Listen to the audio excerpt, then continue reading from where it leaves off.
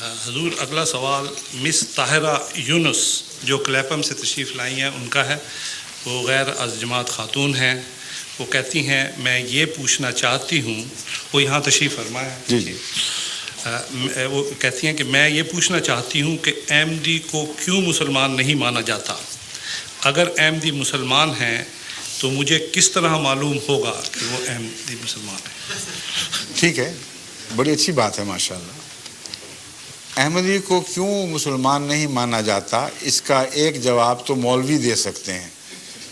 میں تو مانتا ہوں، اس لیے غلط آدمی سے بات پوچھ رہے ہیں. لیکن ان معنوں میں ٹھیک بھی ہے کہ ان کو پتہ ہے کہ مجھے علم ہوگا، اور انہوں نے مجھ پہ اعتماد فرمایا ہے کہ میں سچ بات کہوں گا. اس لیے اس پہلو سے میں جواب دیتا ہوں مولوی کیوں ہمیں غیر مسلم قرار دیتے ہیں. اس پہلو سے بات یہ ہے کہ ایک تو ختم نبوت کا عقیدہ جیسا کہ میں نے آپ کے سامنے کھولا ہے، اس کی اگر غلط تشریح کی جائے اور یہ کہا جائے کہ رسول اللہ تو قرآن تو فرماتا ہے اس کے بعد کوئی نبی نہیں، رسول اللہ فرماتے ہیں لا نبی آبادی، اس کے بعد نئی نبوت کا سلسلہ شروع کر بیٹھے ایک آدمی، تو مسلمان کہاں سے رہے گا؟ جس نے ختم نبوت کی مہر توڑ دی، جس نے رسول اللہ علیہ وسلم کی غلامی سے آزاد ہونے کا ادعا کر لیا، وہ بھی کافر، اس کے ماننے والے بھی کافر. اور ایک بات جو نہیں بتاتے وہ میں آپ کو بتا دیتا ہوں، اس میں یہ بھی کافر ہو جائیں گے، سارے اکٹھے باہر جائیں گے. وہ یہ کہ یہ خود مانتے ہیں کہ مسیح آئے گا اور مہدی بھی آئے گا، اور یہ بھی مانتے ہیں کہ مسیح لازماً نبی اللہ ہوگا. تو آئیڈینٹی کا فرق ہے، عقیدے میں تو فرق ہی کوئی نہ رہا. سارے یہ علماء تسلیم کرتے ہیں، آپ ان سے پوچھ کے دیکھ لیں کہ مسیح آئے گا تو نبی اللہ ہوگا کہ نہیں؟ کہ ہوگا. امام مہدی خدا مقرر کرے گا کہ نہیں؟ کہتے ہیں مقرر کرے گا. اگر آپ امام مہدی کا انکار کر دیں گے تو مسلمان رہیں گے؟ سوال ہی نہیں پیدا ہوتا. وہی بات جب ہم کہتے ہیں تو ہم کافر یہ کیوں نہیں ہوتے کافر اس سے؟ اگر زہر ہے تو سب نے کھایا ہوا ہے، پھر یہ اجتماعی خودکشی ہونی چاہیے. لیکن ہم بچ جاتے ہیں اس وجہ سے کہ ان کا اپنا عمل، ان کا اپنا موقف ان کو جھوٹا قرار دے رہا ہے. بس اگر غیر مسلم بنتے ہیں تو یہ بنیں گے، ہم نہیں بنیں گے. اور حوالہ میرے پاس کیا ہے؟ رسول اللہ صلی اللہ علیہ وسلم کا. حضرت صلی اللہ علیہ وآلہ وسلم کے دو فتاوی ہیں جن کو پیش نظر رکھیں. ایک یہ کہ اگر کوئی مسلمان کو کافر قرار دے تو وہ غیر مسلم ہو، خود کافر ہو جائے گا. یہ وہ فتویٰ ہے جو علماء جانتے ہیں کہ صحیح ہے، اور اس کے متعلق کوئی بحث نہیں اٹھائے گی کہ کمزور حدیث کی بات ہے. اور حضرت مسیح موعود علیہ السلام نے ان کو کافر کہنے سے پہلے 12 سال تک مسلسل صبر کیا ان کے فتووں پر، اور یہ حدیثیں یاد کرائیں. آپ نے فرمایا کہ میں کسی کلمہ گو کو کافر نہیں کہنا چاہتا، میرا انکار بھی کرتے ہو پھر بھی میں کہہ سکتا. میرے دل میں یہ طاقت نہیں کہ میں کلمہ گو کو کافر کہہ دوں، مگر میں تمہیں یہ حدیث بتا رہا ہوں. اگر تم باز نہ آئے تو پھر محمد رسول اللہ علیہ وسلم کے فتوے کے خلاف میں کوئی فتویٰ نہیں دے سکتا. اور وارننگ کے بعد 12 سال کے صبر کے بعد گالیاں کھا کر کافر دجال کہلا کر جب وہ باز نہیں آئے تو پھر آپ نے یہ فتویٰ دیا. اور صبر کا یہ حال ہے کہ حضرت نواب محمد علی خان صاحب جو شیعوں سے مسلمان احمدی ہو کر حضرت مسیح علیہ السلام کے مریض بنے، احمدی ہونے کے باوجود اپنے گھر مولوی ثناء اللہ کو ملازم رکھا ہوا تھا، اور وہ امام الصلاۃ تھے. مولوی ثناء اللہ کے پیچھے نمازیں پڑھتے تھے. تو ایک طرف نہ صرف حوصلے کا دعویٰ بلکہ حوصلہ سامنے کھلا بیٹھا ہے. کون کہہ سکتا ہے ان حقائق کے خلاف کچھ؟ مولوی ثناء اللہ کی اولاد اگر کہیں زندہ ہے اس سے پوچھ لیں. ان کے والد صاحب ہمارے پھپھا جان نواب محمد علی خان کے ہاں ملازم بھی تھے، بچوں کی تعلیم وغیرہ کے لیے بھی، اور امام بھی تھے. جب یہ مولوی باز نہیں آئے تو پھر حضرت مسیح موعود علیہ السلام کا یہ فتویٰ چلا ہے کہ اب کوئی گنجائش نہیں ہے میرے پاس، اس لیے اگر تم مجھے کافر کہو گے تو رسول اللہ کے فتوے کے مطابق تم کافر ہو جاؤ گے۔ یہ ہے ہماری طرف سے ایک جواب۔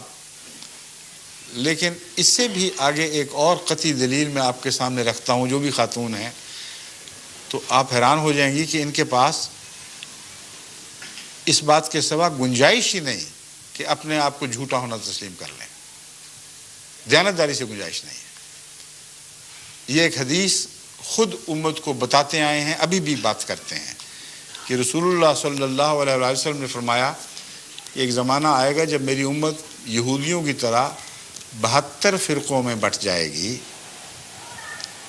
یہ وہ حدیث ہے جسے مولوی عبد الوہاب صاحب جو وہابی فرقے کے سربراہ ہیں انہوں نے بڑی شد و مت سے اپنی صداقت کی نشانی کے طور پر پیش فرمایا ہے۔ وہ کس طرح؟ وہ یوں کہ کہتے ہیں کہ رسول اللہ صلی اللہ علیہ وسلم نے فرمایا 72 فرقوں میں بٹ جائے گی، وہ 72 کے 72 جہنمی ہوں گے سوائے ایک کے جو 73ویں جماعت ہوگی۔ تو مولوی عبد الوہاب صاحب نے یہ دعویٰ کیا، ان کی کتب میں لکھا ہوا موجود ہے کہ میں جس فرقے کا بانی ہوں یہ وہ 73ویں جماعت ہے، جس کے متعلق یہ خوشخبری تھی کہ یہ تو پکے مسلمان اور جنتی، باقی سارے 72 کے 72 جہنمی ہیں۔ حدیث تسلیم ہو گئی نا سعودی عرب کو پوری طرح۔ اب بتائیں 72 فرقے جہنمیوں کو وہاں حج کیوں کرنے دیتے ہیں اور صرف ایک کو باہر نکالا ہوا ہے، وہ جماعت احمدیہ ہے؟ عجیب بات ہے نا۔ رسول اللہ صلی اللہ علیہ وسلم فرماتے ہیں 72 جہنمی ہوں گے، ایک جنتی اور وہ جماعت ہوگی، اور ان کے اپنے بانی فرماتے ہیں کہ ہم وہ جماعت ہیں مگر 72 کی حدیث سچی، باقی سب جہنمی ہو گئے نا۔ ان جہنمیوں کے لیے دروازے کھولے ہوئے ہیں، ان کی خاطر مدارات ہوتی ہیں، حج کی ساری سہولتیں مہیا کی جا رہی ہیں، اور ایک کو نکال کے باہر پھینکا ہے، وہ ایک جماعت ہے، جماعت احمدیہ۔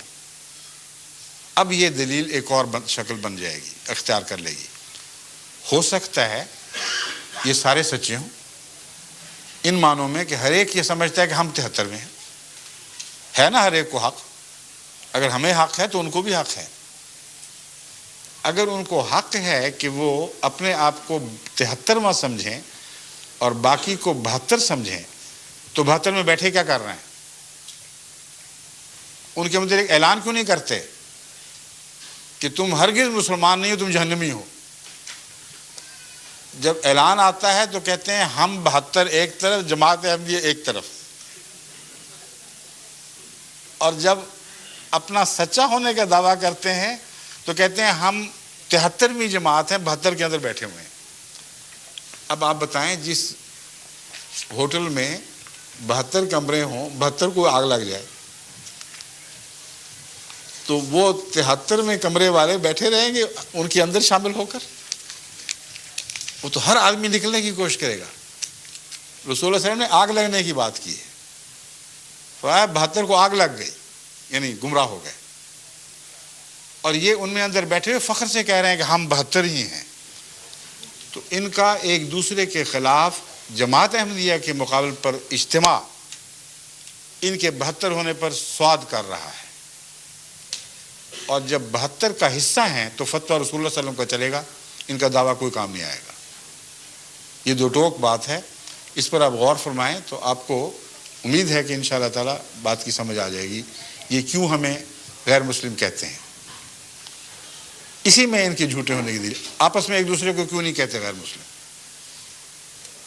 جب آپ 73 ہونے کا دعویٰ کر رہے ہیں، جن کو رسول اللہ صلی اللہ علیہ وسلم نے جہنمی کہہ دیا، غیر مسلم اور کیا ہوتا ہے، وہ کیوں نہیں کہتے؟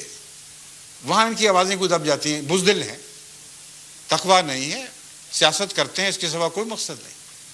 شیعوں کے اوپر دیکھیں کیسے کیسے فتوے ہیں جو سنیوں نے لگائے ہیں، شیعوں کے جوابی فتوے بھی بڑے سخت ہیں، مگر وہاں حج میں ان پر کوئی اعتراض نہیں۔ وہابی فرقہ توحید کے نام پر اٹھا تھا، اور سارے مزار جو ان کی عزت کی جاتی ان کو مٹا دیا گیا تھا، تمام احترام کی نشانیاں دور کر دی گئیں، لیکن بریلوی وہاں لاکھوں کی تعداد میں آتے ہیں جو داتا دربار کے سامنے بھی سجدے کرتے ہیں. جگہ جگہ پیر بنائے ہوئے ہیں, ان کے درختوں پر ان کے نام کی ٹاکیاں جو ہوتی ہیں, چیتھڑے, وہ لگائے ہوئے نشانی کے طور پر کہ اس پیر سے ہم نے بیٹا مانگا تھا, اس نے دے دیا. اس پیر سے نزلہ درست کروایا تھا, اس نے درست کر دیا. بھرے پڑے ہیں ایسے درخت ہزارے میں جن میں نیلی پیلی ٹلیاں لٹکی ہوئی ہیں. ایسے مشرکوں کو تو وہ اجازت دے دیتے ہیں اور کوئی پرواہ نہیں کرتے. سیاست بازی ہے, اس کے سوا کوئی بات ہی کچھ نہیں. تو ان کا فتویٰ بھی ویسا جیسا کہ ان کا عمل ہے. فرمائیے.